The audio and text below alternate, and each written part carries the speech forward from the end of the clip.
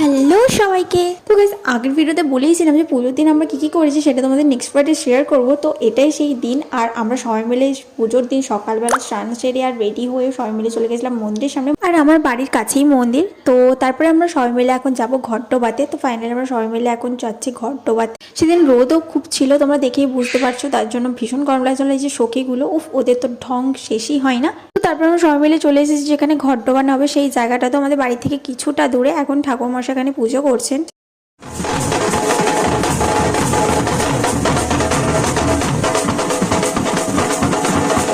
তারপর আমরা ঘর ডুবে বাড়িয়ে চলেছিলাম, আর এখন দেখতে পাচ্ছি ওখানটা কতটা ভিড় জমেছে, কারণ এখন হবে ধুনো পোড়া গন্ডি কাটা। তারপর সন্ধ্যেবেলা তো দিদি সবাইকে বললো ফুচকা খাওয়াবে, তো আমরা আর কি না গিয়ে পারিতে, তাই জন্য সবাই মিলে চলে এলাম ফুচকা খেতে। তারপরে তো আমরা গিয়ে জমিয়ে নাচানাচি করেছি। তো আমাদের নাচের ভিডিও এটাই করা ছিল না, সেটা তাই জন্য শেয়ার করতে পারলাম না, কিন্তু আমরা ফাটিয়ে এনজয় করেছি।